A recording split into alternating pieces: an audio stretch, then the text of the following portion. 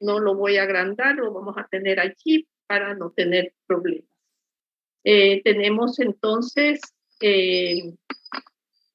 nuevamente empezamos, sería la semiología respiratoria, las características de la clase, bueno, el,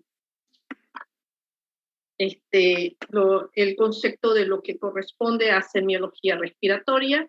Tenemos que en semiología respiratoria, realmente en pediatría, se recoge la información del paciente.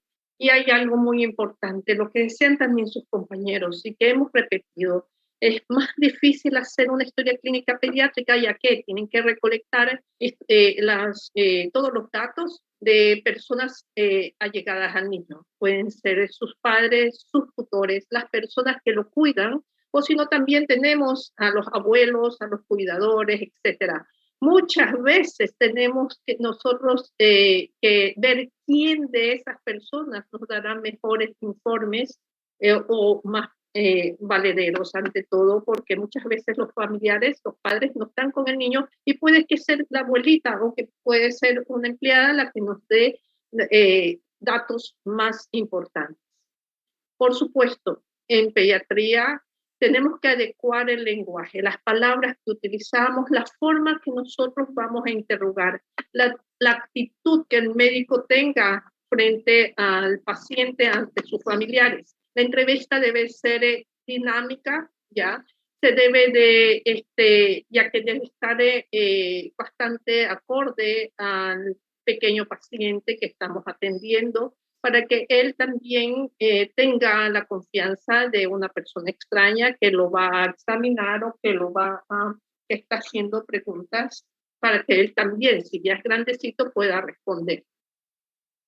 Considerar siempre la edad del paciente, a su vez también el estado de ánimo con que se encuentran, el motivo de la consulta, cuál es el nivel sociocultural, qué facilidad tenga para comunicarse con personas extrañas o con el léxico diferente que pueda tener el médico. Eso van a tener mucha dificultad ustedes o se tienen que adaptar cuando hagan la rural, por ejemplo, en donde vayan a regiones en donde tienen muchas veces otro léxico u otra cultura, las personas que vamos nosotros a atender. A su vez también, como dijo su compañera, tenemos que inmediatamente ver y determinar la urgencia que tenga el paciente de ser atendido o de ser tratado inmediatamente. Estoy aquí con el triaje adecuado. A su vez, en semiología respiratoria pediátrica, tenemos que determinar el nivel de gravedad de la necesidad de estabilización inicial. Es decir, tenemos que hacer el triaje, ver rápido, determinar las condiciones del paciente para ver entonces la rapidez con que tenemos nosotros que actuar. El objetivo será hacer un diagnóstico correcto de los síntomas respiratorios de las vías altas y de las vías bajas. Se dejará a los progenitores comentar unos instantes, que ellos nos indiquen por qué vienen y que ellos nos refieran la enfermedad del niño. Pero también esto de aquí estará de acuerdo con la urgencia que tenga el caso, porque si vemos que el niño está delicado, no podemos hacer una historia clínica inicial demasiado extensa. A su vez, dirigir la entrevista, haciendo las preguntas claves para poder nosotros ir recabando mayor información. A su vez también podemos repetir la pregunta de otra forma, poniéndola más minuciosa o poniendo totalmente la pregunta, yéndola desde otras perspectivas, a fin de poder tomar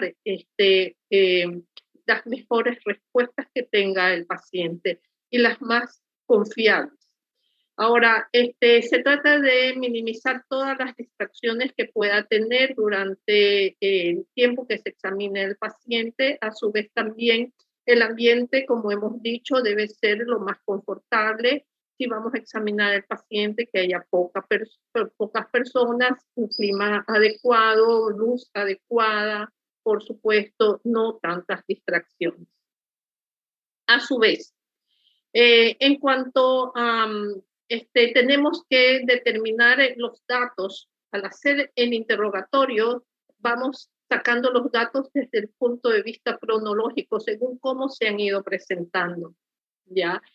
Por lo tanto, muchas veces al familiar tenemos que indicarle, preguntarle desde cuándo empezaron los síntomas y ver si realmente esa enfermedad empezó ese tiempo o el familiar une varias enfermedades en una sola y realmente no ha sido así.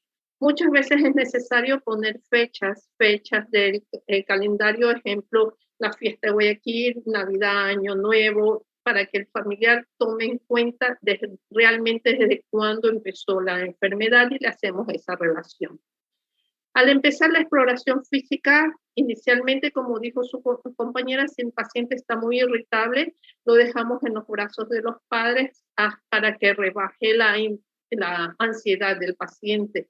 Y una vez que ya esté tranquilo, poderlo poner en la mesa del examen o todo el examen físico lo haremos también estando en los brazos del padre o sobre las piernitas también de su progenitor.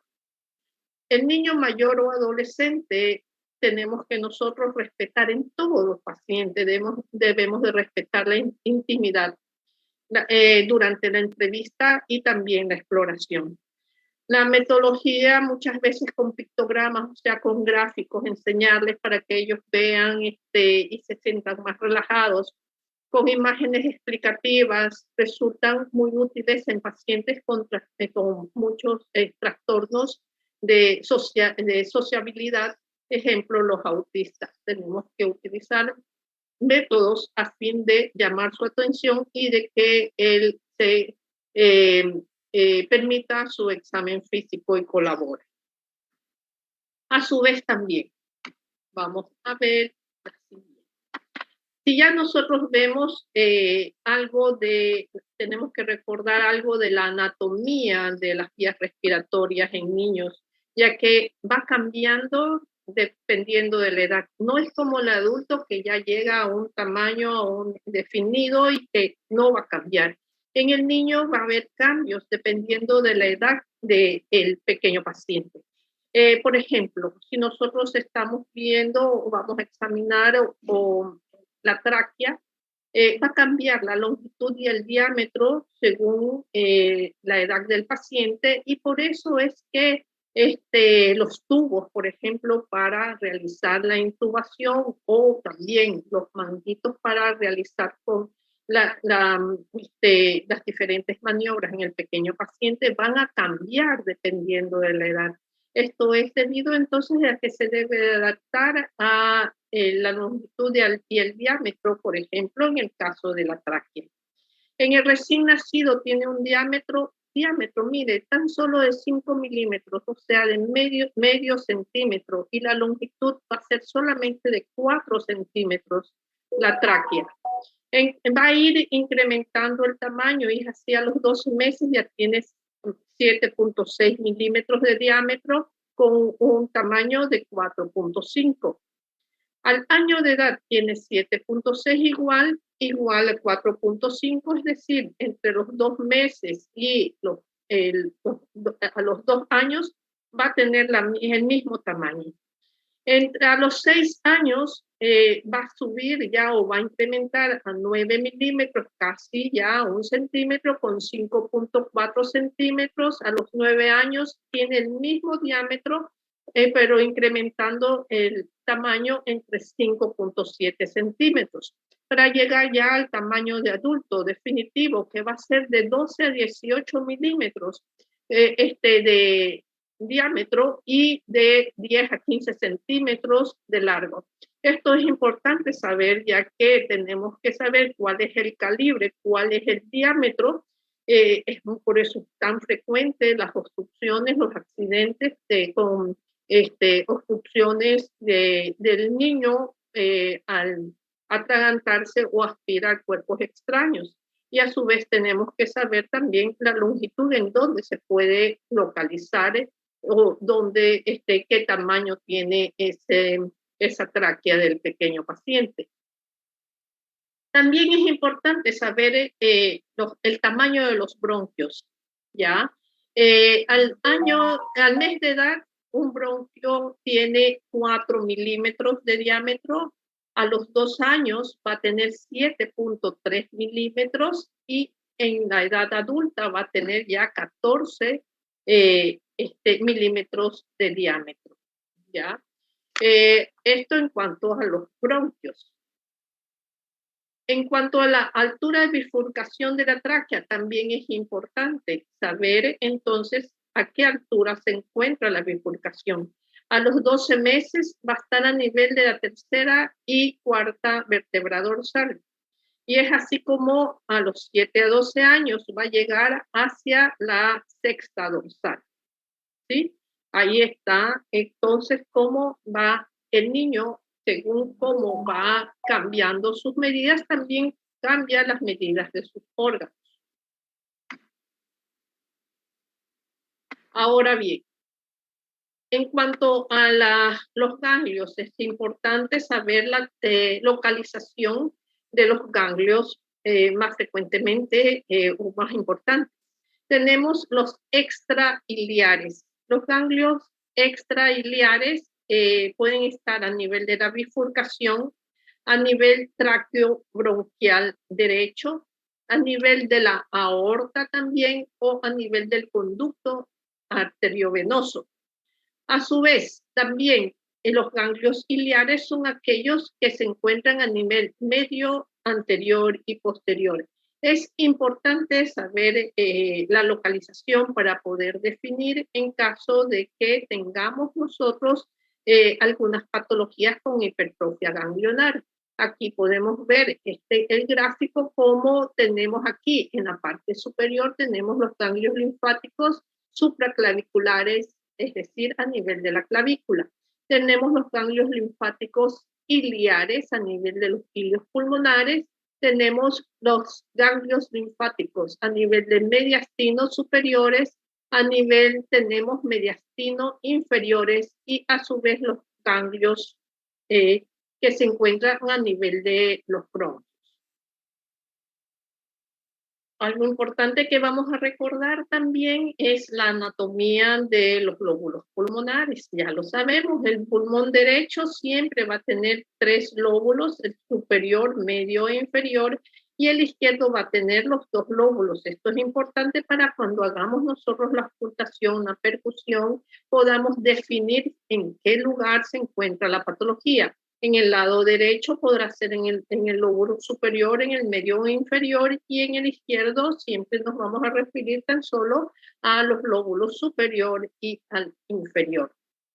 En cuanto a la anamnesis, sus compañeros refirieron qué tan importante es la anamnesis, en el cual tenemos nosotros que investigar los signos, los síntomas, hacer un correcto interrogatorio para hacer llegar entonces a un buen diagnóstico utilizando también algunas pruebas de laboratorio útiles en cada uno de los aparatos afectos. En cuanto a la anamnesis, si recordamos la anamnesis, parte importantísima, tenemos que siempre preguntar, escuchar y registrar todo lo significativo en los diferentes aparatos. A su vez, en enfermedad actual, tenemos que describir los síntomas respiratorios en el caso del aparato respiratorio. Saber entonces si ha tenido tos, si tiene fiebre, disnea, sibilancias, si hay quejido, estridor, como dijo su compañero, ronquidos, si la respiración es nasal o bucal, tomando en cuenta que todos los niños son respiradores nasales. Difícil que ellos, por eso es que cuando tienen obstrucción total de la nariz, es difícil para ellos saber abrir la boca para poder respirar por la boquita. Si ha tenido apnea, si ha tenido cianosis ese chico, dolor torácico, si ha tenido hemoptisis, entre otros datos de enfermedad actual. Tenemos que preguntar cómo aparecieron los síntomas, la cronología y periodicidad de los síntomas. Entonces, cómo se presentaron y durante el día, qué frecuente o en qué horario se presentaba. En cuanto al inicio de la enfermedad, tenemos que saber si es una enfermedad de inicio gradual o súbita, ¿ya? Si ha ido apareciendo poco a poco. Tenemos, por ejemplo, en forma gradual pueden empezarse las enfermedades intersticiales. En cambio, de forma súbita, que el paciente está totalmente sano y súbitamente presenta sintomatología respiratoria, lo primero que vamos a pensar nosotros en aspiración de un cuerpo extraño. Así también hay algunas enfermedades, algunas patologías que se van presentando progresivamente y otras que se presentan súbitamente en determinadas horas del día, como algo, por ejemplo, tenemos los pacientes que tengan una laringotraqueitis que pueden presentarlo súbitamente en la noche. Tenemos que saber dentro de la investigación que vamos a hacer es la duración de los síntomas.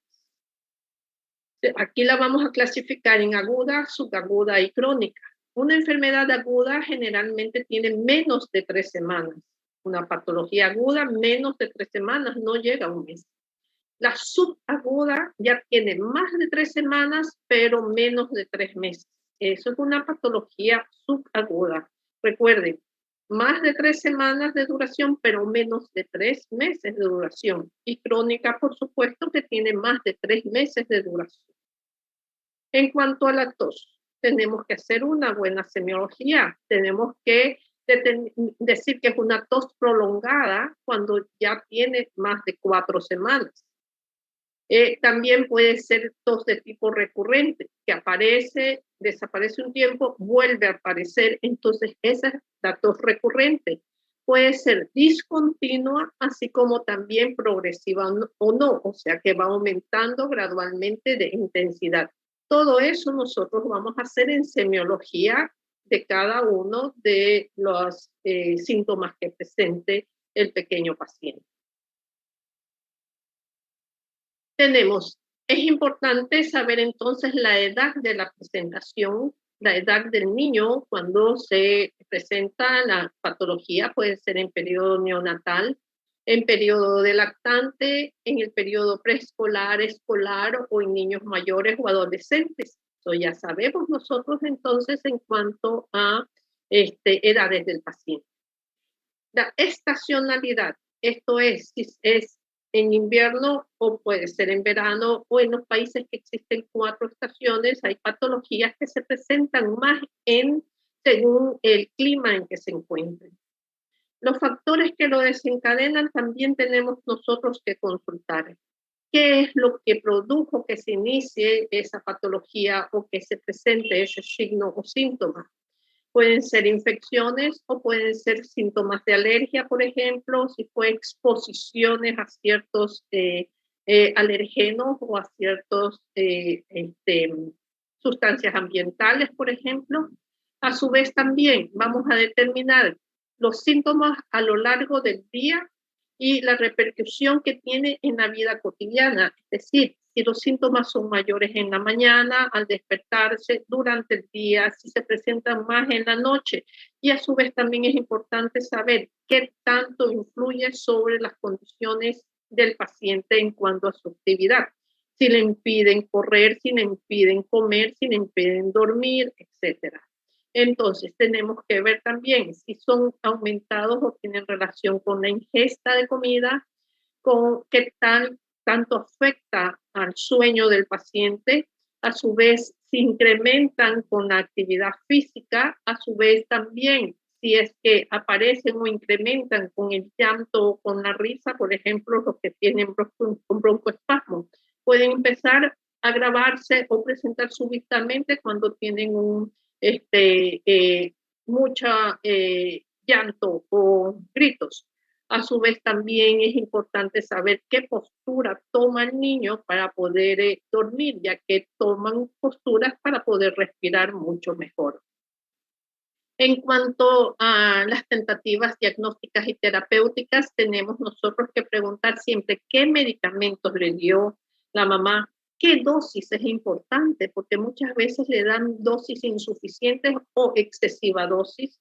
qué medicamentos le dio y quién se lo prescribió, si solamente fue la vecina porque tenía en la casa el boticario, si fue un empírico, si fue un médico y si tuvo o no pruebas complementarias que se haya realizado, si tuvo una receta médica, cómo evolucionó con esos medicamentos, todo eso hay que preguntar. Entonces ya vemos que tenemos que saber la edad en que se presenta, en el clima o la estacionalidad con que se presenta, especialmente cuando son patologías de larga evolución, qué factores lo desencadenan, cómo se desempeña en los síntomas durante el día, cómo afecta al paciente, a su vez también qué medicamentos o qué tratamientos le ha dado al pequeño paciente y a su vez también qué exámenes de laboratorio pueden o no haberle hecho.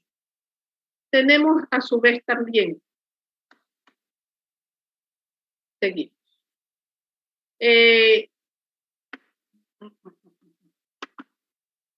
En cuanto a la tos, importante la tos, muy frecuente en niños. Tenemos que saber cuáles características tiene esa tos, ya que eso nos orienta al mecanismo fisiopatológico, incluso muchas veces a la etiología o la causa o la enfermedad que padece el pequeño paciente.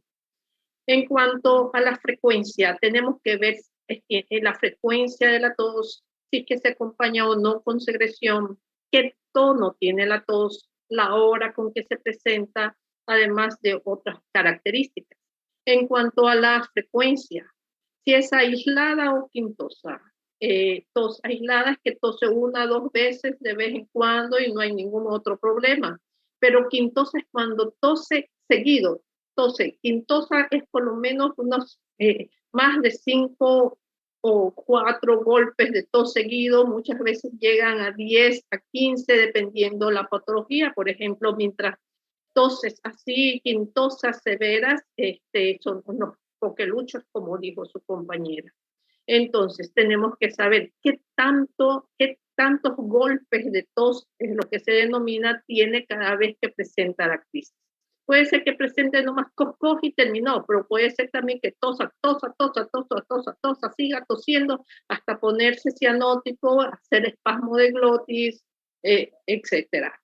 En cuanto a la secreción, si tiene expectoración esa flema o es seca, si la expulsa o solo si se escucha que tiene la expectoración, que tiene secreciones y que no la pueda expulsar o simplemente es una tos seca. La tonalidad, si es bitonal, si es de tipo perruna o si es débil. Después vamos a nosotros cuando veamos los diferentes síndromes, cómo cada enfermedad podría tener un tipo de tonalidad en cuanto a la tos. En cuanto a la hora, si es diurna, nocturna, si no tiene horario, qué lo desencadena, si es también, entre otras consultas, tendríamos que saber si es emetizante, es decir, si tose el chico tanto que le produzca el vómito, eso es una tos emetizante. Si es espasmódica o si es también cianosante. Todo eso es importante preguntar sobre la tos. Ya ven ustedes que simplemente en la tos hay mucho que preguntar. El término CRUB. Alguien antes habló sobre el CRUB. ¿Qué es el CRUB? El CRUB se utiliza para describir una variedad de afecciones de la vía aérea superior en niños. Esto va a incluir, mire, es un término general, porque todas esas afecciones tienen la misma forma de presentación de la tos. Esto es la laringitis, la laringotraqueitis, la laringotraqueobronquitis, la traqueitis bacteriana o el CRUB espasmódico. Todos esos se los llama en general como CRUB, ¿ya? Y van a tener ciertas características de tonalidad, frecuencia, forma de presentación. Cada uno de ellos se va a diferenciar, que después también lo vamos a presentar cuando veamos los diferentes síndromes. Otra cosa importante que tenemos nosotros que determinar es si tiene dolor torácico. ¿Cuál es el tipo, localización, las características mecánicas? ¿Ya? En el lactante, por ejemplo, es muy característico si es que el niño al moverlo llora, quiere decir que le duele algo, ¿ya? Si estamos con patología respiratoria, puede ser a nivel de caja torácico, ya que tiene algún dolor. A nivel de la segunda infancia, ya el niño se toca y ya puede señalar dónde es que le está doliendo. Muchas veces se trata de una punta de costado. Tenemos que ver los procesos que pueden acompañar de dolor torácico, como son las neumonías, las pleuritis y las neumotoras. A su vez, cuál es la localización es importante. Si podemos localizar los diferentes puntos dolorosos de Bayes, así como también si el dolor es retroesternal, si se irradia hacia un lugar, si se incrementa con la respiración, con la expiración, etc. En cuanto a quejido respiratorio, ya refirieron sus compañeros, bueno, quejido es diferente al estridor. El quejido respiratorio es muy frecuente que se presente en lactantes, ¿ya? Esto nos indica la gravedad que tenga el paciente. Puede ser debido a bronconeumonía, a una pleuritis, o porque tengan una insuficiencia y dificultad respiratoria. Muy frecuente en un neonato, en un recién nacido, más grave si es que el niño se queja al respirar. Así o igual en un niño mayor, en cualquiera. Mayor gravedad si el niño al respirar se queja, hace un sonido característico durante la respiración. El estridor o cornaje, como dijo su compañero, indica obstrucción de vía aérea desde nasofaringe, puede ser de nasofaringe, hasta la tráquea. La fase respiratoria ayuda a localizar el nivel de la obstrucción, como dijo muy bien su compañero. Puede ser de tipo inspiratorio, es decir, es cuando es inspiratorio, puede indicar o está relacionado con estrechez o espasmo. Vieron ustedes los tamaños y los diámetros de la tráquea. Mientras más pequeño es el diámetro, con un pequeño edema puede haber una gran obstrucción. Por lo tanto, esto hace que presente el paciente el estridor. Una laringitis, por ejemplo, es una de las patologías que más frecuentemente puedan producir estridor en el paciente. El niño hace sonido cuando respira. En ese caso, les hago el sonido, miren ya cómo van ustedes a escuchar. Muchas veces solamente lo escuchan cuando están con el estetoscopio, otras veces lo pueden escuchar sin estetoscopio, más grave va a ser el caso. Tenemos, puede ser, ya vimos que puede ser inspiratorio. Ahora, de tipo de estridor expiratorio, es decir, se escucha el estridor en el momento de que el niño expira, ¿ya? Entonces, esto de aquí más que todo se presenta en patologías de broncoobstrucción, como por ejemplo asma. En el asma ustedes van a escuchar que el niño tiene el estridor expiratorio en el momento de la expiración. Cuando es inspiratorio y expiratorio, puede ser lo más característico, puede ser un cuerpo extraño, porque permite el paso de algo de aire durante la inspiración y algo durante la expiración, por lo tanto el quejido o el estridor va a ser tanto en inspiración como expiración. O también cuando hay los ganglios mediastinales están hipertrofiados, pueden también obstruir a la tráquea, a los bronquios y producir a su vez el estridor o cornaje en el paciente. En cuanto al estridor, puede ser estridor inspiratorio y expiratorio, lo que indica que hay una afectación laringea intensa, o puede ser también la obstrucción a nivel de la tráquea, Y las sibilancias o roncos señalarían la presencia de afectación también de tipo bronquial en este caso. A su vez, vómica. ¿Qué se llama una vómica? ¿Ya? Es evacuación en un bronquio de secreciones con tejido broncopulmonar pleural mediastínico o extrapulmonar. Generalmente se originan de abscesos cuando existe empiema pleural a nivel pulmonar o de quistes. Aquí, por ejemplo, tenemos nosotros, ustedes pueden ver, esta sería bien delimitado, podría haber sido un quiste. Acá también podemos ver que está lleno de secreción porque tiene una línea horizontal que separa claramente la parte superior que tiene aire y la parte inferior que tiene líquido.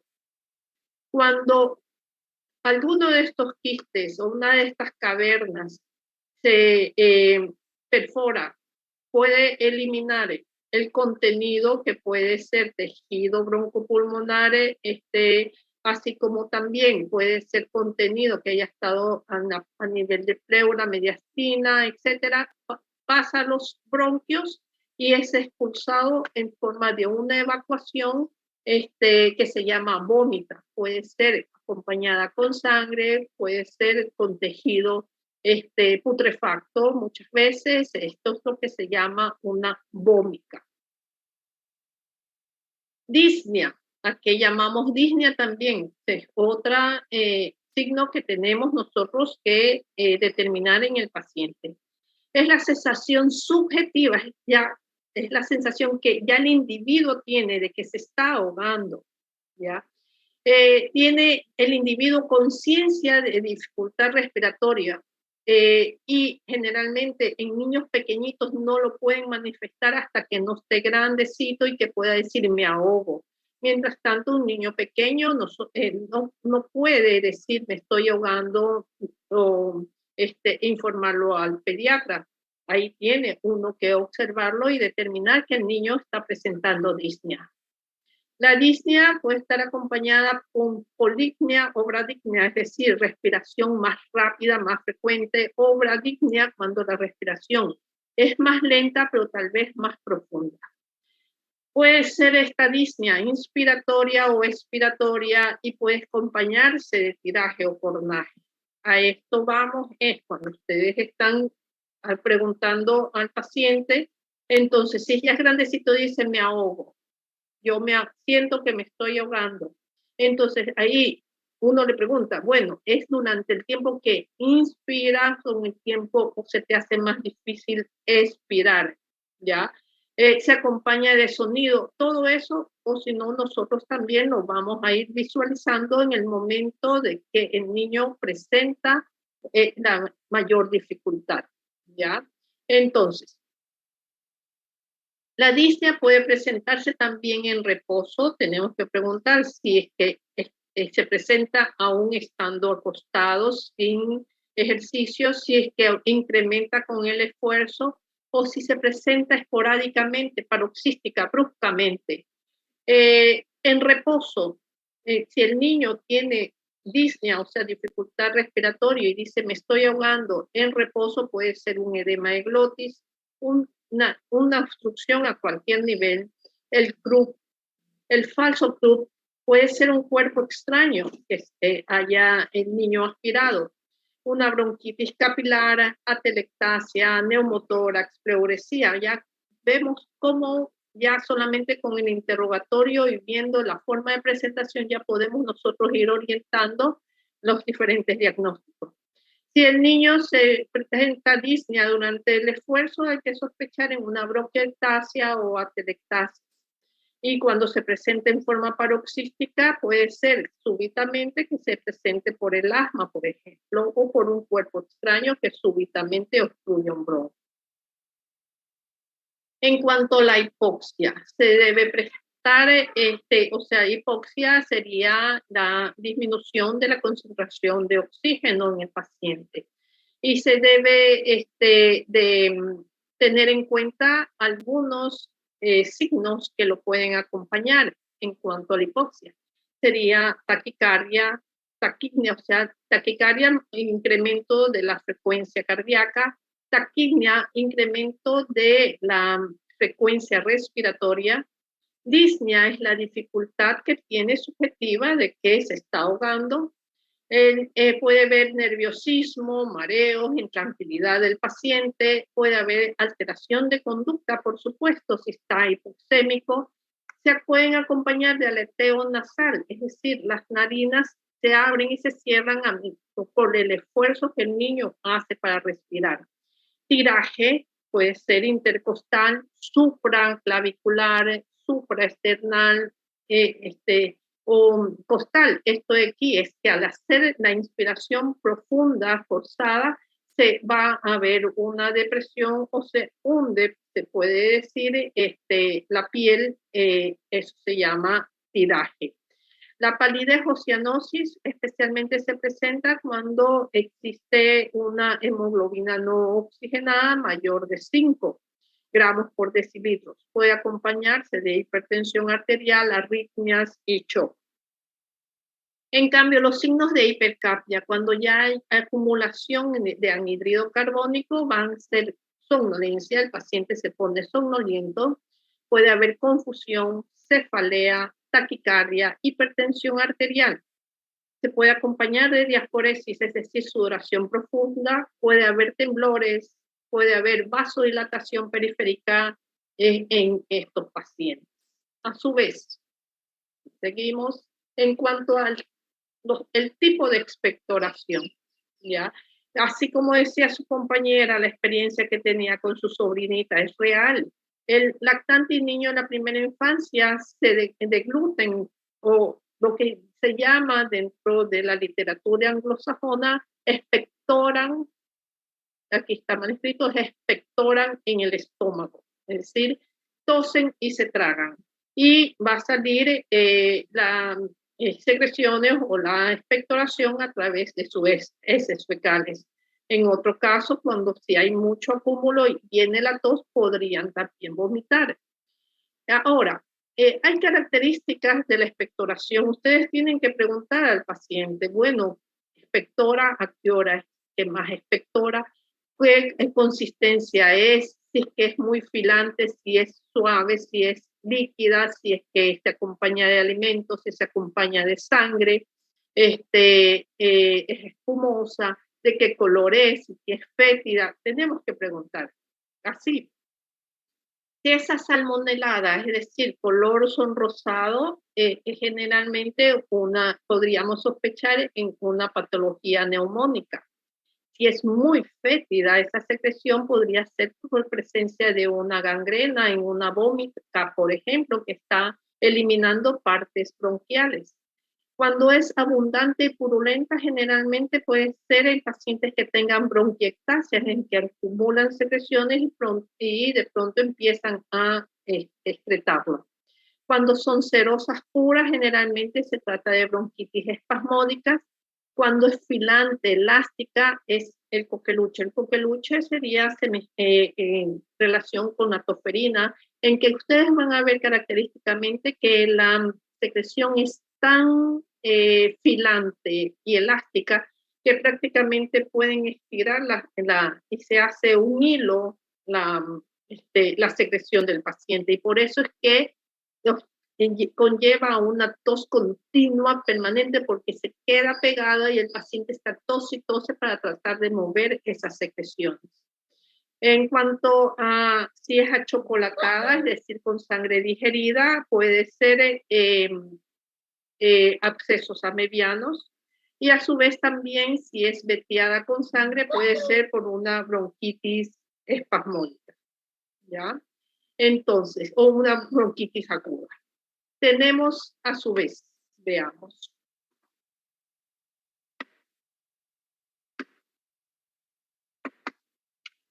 En cuanto a la hemoptisis, también muy importante la hemoptisis. Tenemos cuando se trata de una expectoración sanguinolenta. Esto aquí es una hemoptisis. Puede estar acompañar esta hemoptisis cuando se trata de una bronquiectasia, estados hemorrágicos, así como también cuando hay destrucción del tejido pulmonar, hiperemias, rotura de vasos, procesos no respiratorios podrían también acompañar a una expectoración sanguinolenta y no necesariamente ser de tipo respiratorio. Ahora bien, si ya vamos a terminar, tendríamos entonces los antecedentes, es importante determinar todos los antecedentes personales del paciente. Hacer una buena historia del embarazo de la mamá, cómo fue, qué factores hubieron que hayan modificado o influido durante el embarazo del pequeño paciente, cómo fue el parto, si el parto fue prematuro, cómo fue su periodo neonatal, cómo se adaptó el niño, qué problemas tuvo durante el periodo neonatal, si requirió o no oxigenoterapia, si requirió maniobras de reanimación, si fue necesario una intubación endotraqueal, qué tipo de lactancia o alimentación tuvo el niño, si realizó el cribado neonatal, también importante. A su vez también qué alimentación recibió, qué síntomas ha tenido, cómo progresaron, si ha tenido también síntomas digestivos, si ha tenido el esquema completo de vacunas, si ha tenido alergias, qué tipo de alergias, con qué frecuencia, si ha tenido ingresos hospitalarios o cirugías previas, o tratamientos también que reciba el niño en forma crónica o enfermedades que se presenten en forma frecuente. Sí, es importante determinar algunas patologías que se pueden asociar a problemas respiratorios. Como ejemplo, la dermatitis atópica, que puede acompañarse con un asma, por ejemplo, o con hiperreactividad bronquial. Cuando existe fallo de medro, es decir, el niño no crece, puede tener problemas y con problemas respiratorios podría ser una fibrosis quística, por ejemplo, o algún otro tipo de patología también que no solamente pulmonar, sino cardiopulmonar, por ejemplo, o alguna tipo ya de, si no se acompañe de algún problema metabólico. Las bronquiolitis también pueden presentarse en el pequeño paciente y otras enfermedades o comorbilidades que pueda tener. Entre los factores sociales y ambientales es importante preguntar sobre los contaminantes que rodean al pequeño paciente, la presencia, como decía su compañera, de tabaco, las calefacciones, si es muy húmeda, por ejemplo, el ambiente donde se encuentra, donde hayan hongos, por ejemplo, en las paredes, si hay plantas, especialmente que tengan semillas y que cambien y que florezcan o que causen muchas veces importantes reacciones alérgicas en el paciente, la presencia de mascotas, si va o no a guarderías, si es que está en constante inmigración, etcétera.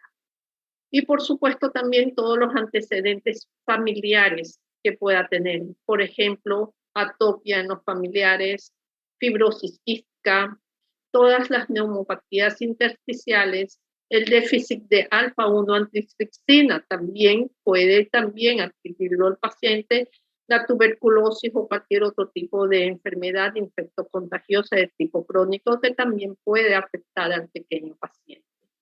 Entonces, todo esto tenemos nosotros que investigar en la anamnesis del pequeño paciente, como ya vimos, cada uno de los signos o síntomas que manifieste, tenemos nosotros que tratar de preguntar absolutamente todo sobre ese signo o ese síntoma, todas sus características, presentación, etcétera, porque eso va a ser muy importante para hacer definitivamente dar una dirección diagnóstica y poder realizar también los exámenes pertinentes. Bueno, sobre examen físico ya lo tenemos, nos toca verlo mañana. Por favor, Ahora, bueno, una clase con un poquito de accidentes, pero hemos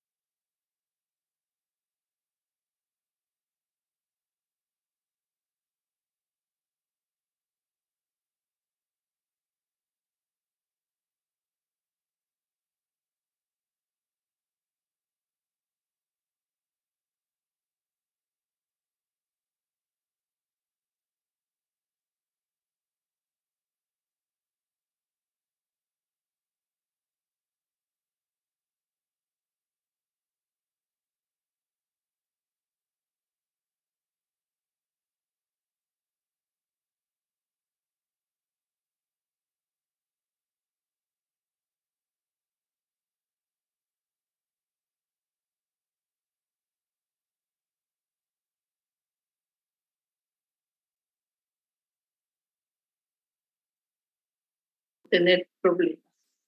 Tenemos entonces